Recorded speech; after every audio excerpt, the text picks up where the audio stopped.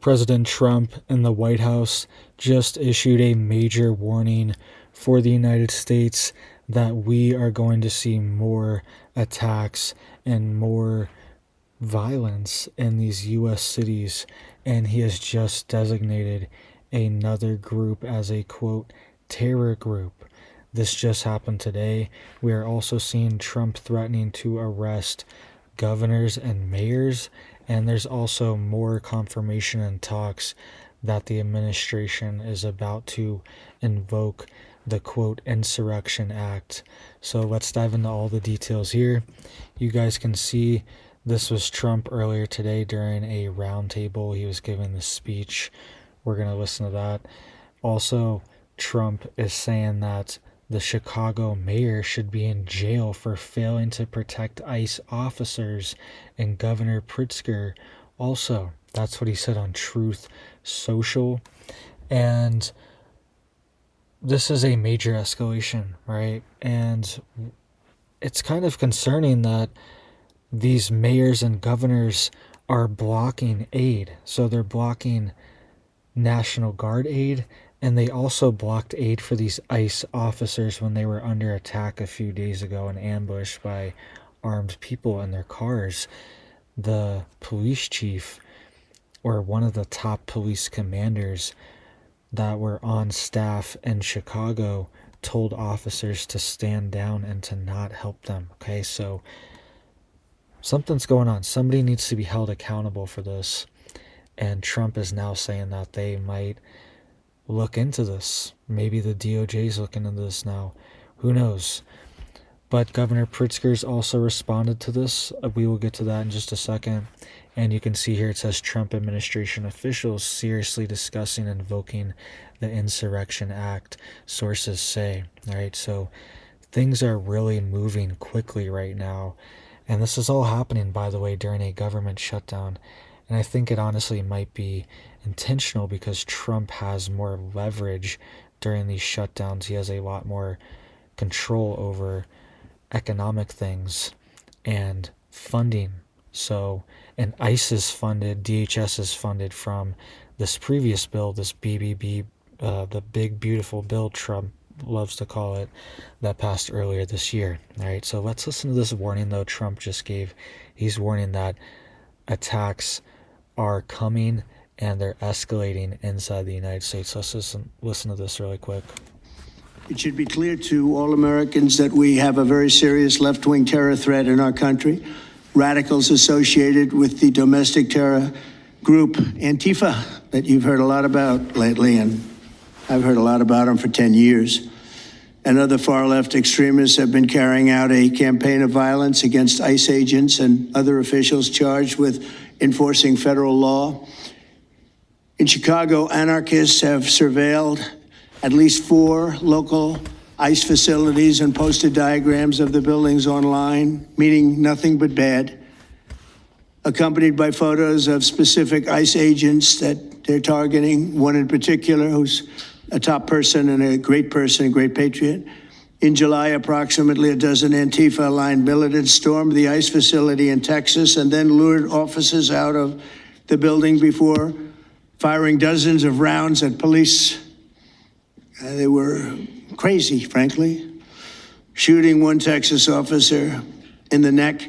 And in Portland, Oregon, Antifa thugs have repeatedly attacked our officers and laid siege to federal property in an attempt to violently stop the execution of federal law. Everything we're doing is very lawful. What they're doing is not lawful. And what the governor and the mayor of, as an example, you could say of Portland, and you can say certainly of Chicago, it's not lawful what they're doing. They have to be very careful. In addition, 2 weeks ago, radical left terrorists in Dallas conducted a sniper attack on a local ICE facility, killing 2 people and leaving behind a note that read, "Hopefully this will give ICE agents some real terror." That's bad. This attack came the very same month that Charlie Kirk was assassinated by a far-left extremist who inscribed the words, "Hey, fascist, catch," meaning catch the bullet, onto the bullet shelf itself. The epidemic of left-wing violence and Antifa-inspired terror has been escalating for nearly a decade. At universities, Antifa has organized riotous. All right, really quick. One of these stories he's talking about, this ICE facility that was targeted by a shooter. Okay, someone was on a roof across the street from an ICE facility in Texas. This happened a couple weeks ago, maybe a month ago now. And they inscribed stuff on the cartridge. Okay, I don't know why this is a thing. This is really weird. Suspicious that this is a trend now. And because they can, anything could be written on there.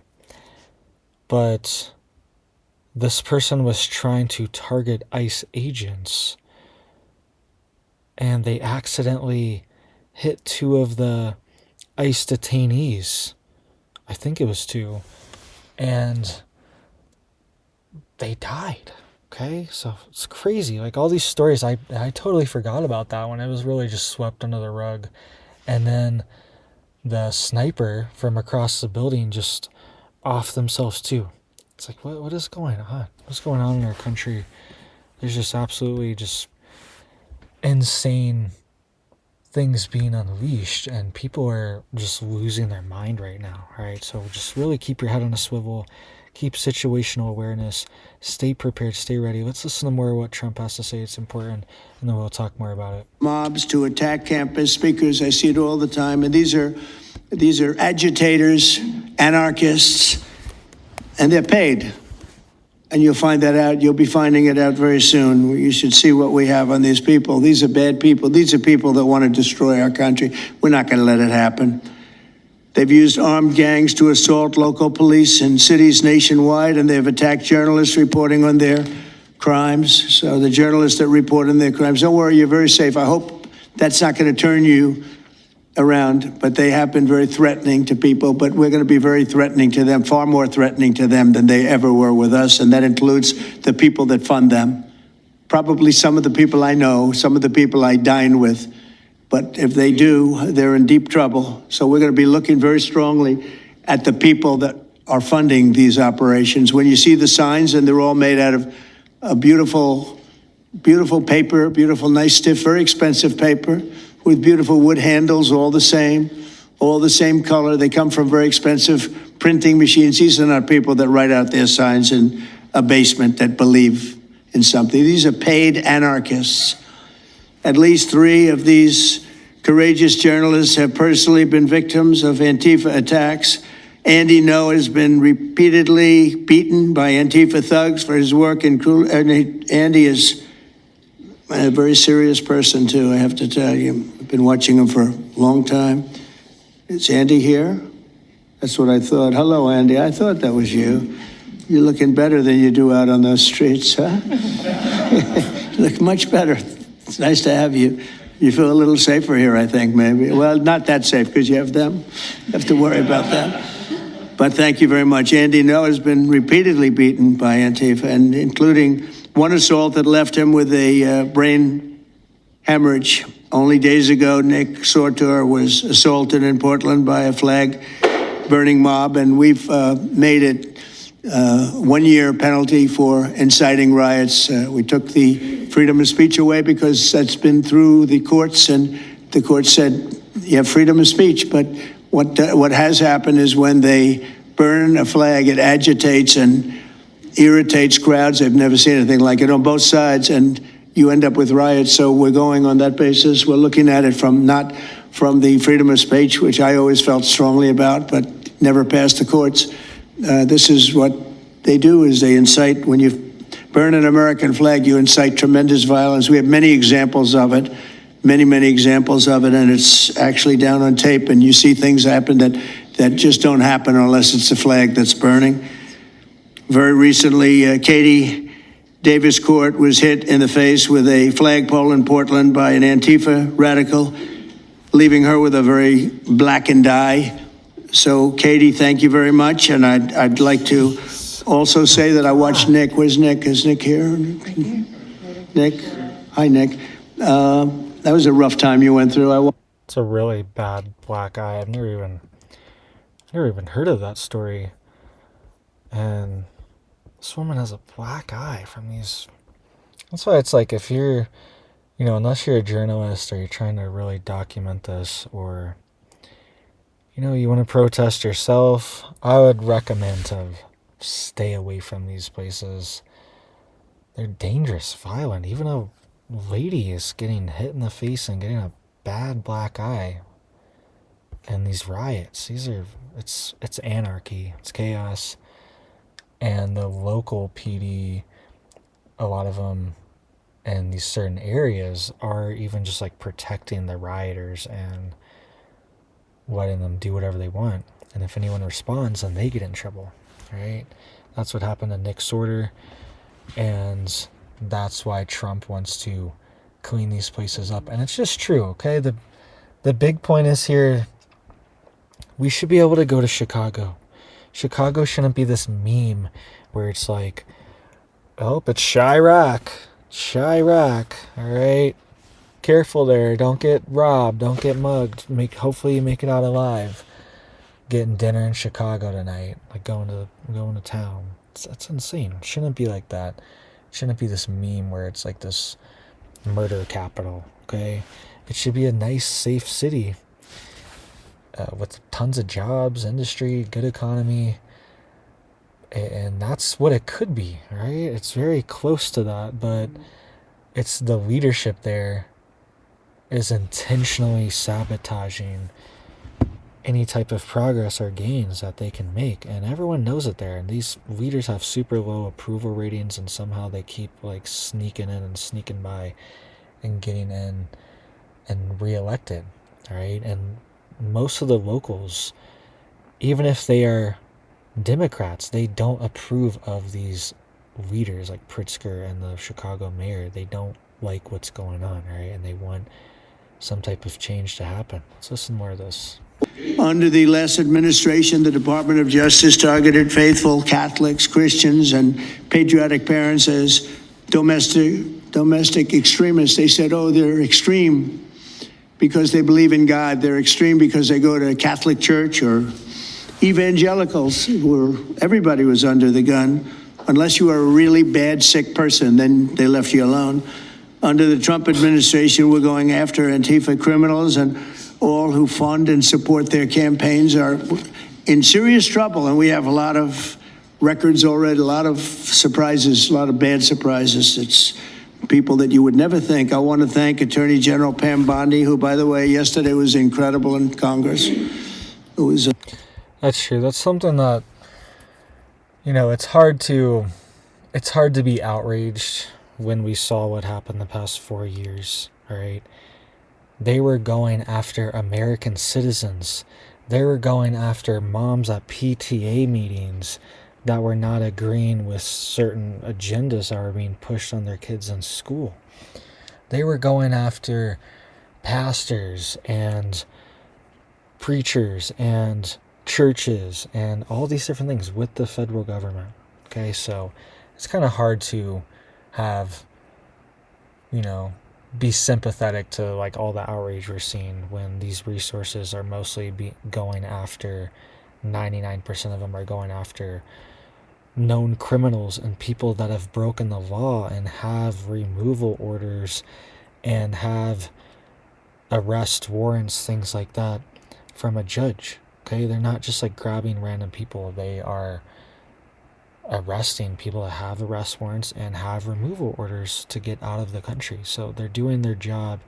They're doing what they're supposed to. And Biden actually this point needs to get out more. He federalized the National Guard to go against the Texas National Guard. This was a big thing. And I think it was like the beginning of 2024. Okay, so it was like when the whole election thing was really getting going at the beginning of last year.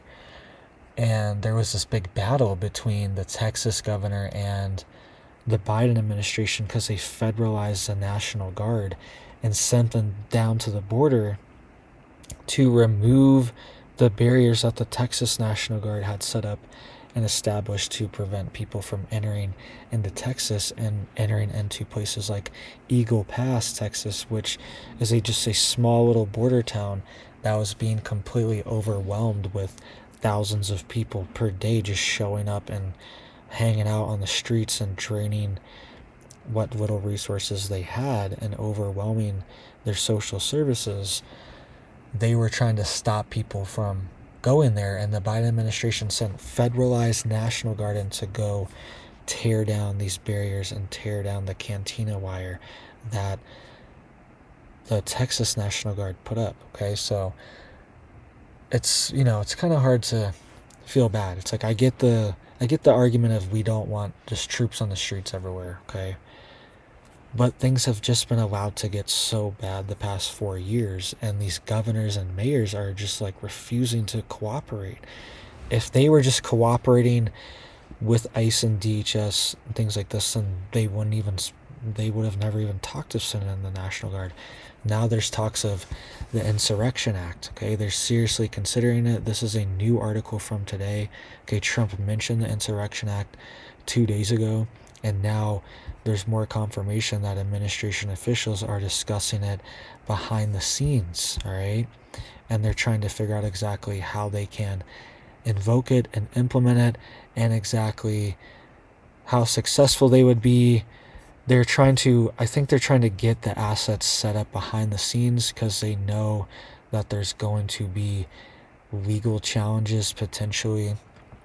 So they want to have all the troops ready to go.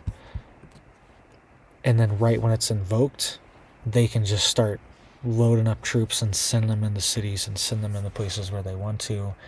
And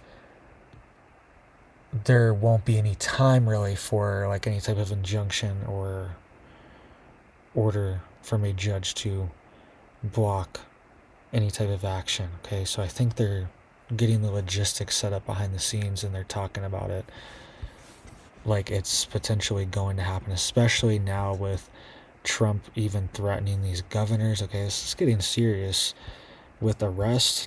And Governor Pritzker as well, too. He's saying in response, quote, "I will not back down." Trump is now calling for the arrest of elected representatives, checking his power. What else is left on the path to full-blown authoritarianism, right? That's what he's saying. But his position just doesn't even make sense. His position is that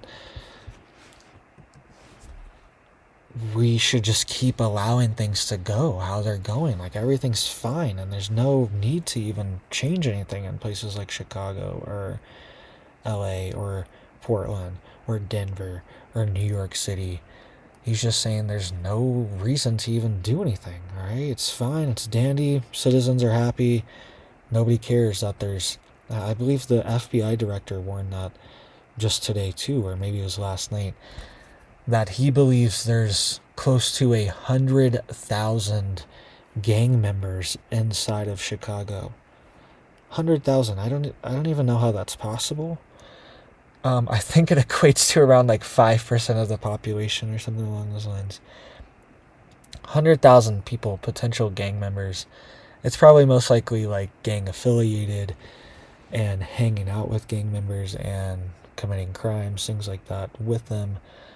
But still astronomical. I don't even know how that's possible. That's an entire city. Okay, most small, medium-sized cities have 100,000 people, 50 to 100,000 people, and there's 100,000 that are potentially just gang members in Chicago. That's what the FBI director Patel was saying earlier. All right, so for him to just say that there's no reason for things to change is just, it's delusional. It's out of touch with reality and with what his constituents even want. Let's listen to this for a few more minutes. It's amazing, and she just did it from the heart and the brain, because she's very smart, in all fairness, but she did it from the heart, and she did it an incredible, everybody was talking about it. She exposed some of these fake senators, these terrible senators, people like Blumenthal that had a phony war record. For 20 years, he talked about it, what a hero he was, and it turned out he never went to Vietnam. For 20 years, he talked about being a hero in Vietnam. Then it was exposed when he said what platoon he was with, and it was exposed that somebody was watching from that particular platoon. They said he was never with us. And then he went out and he cried and he was ready to drop out of the election. And disgraceful. And then he looks at people like Pam and he starts criticizing her, and she's a patriot. And they ought to do something with that. You know, we have a young congressman that's right now in jail for lying about where he went to college and other things. It was, you know, frankly not good. It was pretty bad, but it was nothing compared to Blumenthal. I mean, what Blumenthal did, he was for 20 years a hero, a great war hero. And then he sits back and, you know, sanctimonious kind of a guy, looks at, how dare you do this to the American public, you know? What a fake. All right, so I think he was talking about there George Santos is a Republican. I believe that's who he's talking to. He's in jail right now, just kind of over some weird stuff like that, some technicalities, and that's how it is. All right, is that they will get you on some weird little thing if they want to get you. Okay, there's so many laws and rules and codes and regulations, and if they want to get you on something, then they will try to get you, right? That's what happened to Trump. They tried to charge him with 34 felonies or whatever it was, and say nobody could even really name what they were, and they still really can't. I don't even know. I can't even name one of them. Maybe it's some of those tax returns. I don't even remember, because they were all just, you know, throwing spaghetti at the wall, trying to get it to stick, all right? And that's how some of these things are. But now they're using that against these terror groups, all right, inside the United States, causing chaos. And it's about time they use it for something useful, all right, instead of just going after like soccer moms and PTA moms and pastors and things like that. Okay, so let me know what you guys think down below. Hope you guys are staying safe, staying prepared out there, staying stocked up. Be ready. Just keep your head on the swivel, all right? There's a lot of things coming up in the next few months, okay? A couple weeks from now is Halloween, and then there's Thanksgiving and Christmas and New Year's. We're moving into that time of year, and sadly, we honestly do see like attacks and stuff on these Christmas events and on these holidays events a lot, even in the U.S. It happens in Europe and in the U.S. a lot of times too, okay? We had that one in Wisconsin on that Christmas parade just a year or two ago, a couple years ago. So just keep your head on a swivel. Be prepared. Be ready. Hope you guys are staying safe. Hope you have big blessings for your life and your family. And I hope you have a big old blessed day.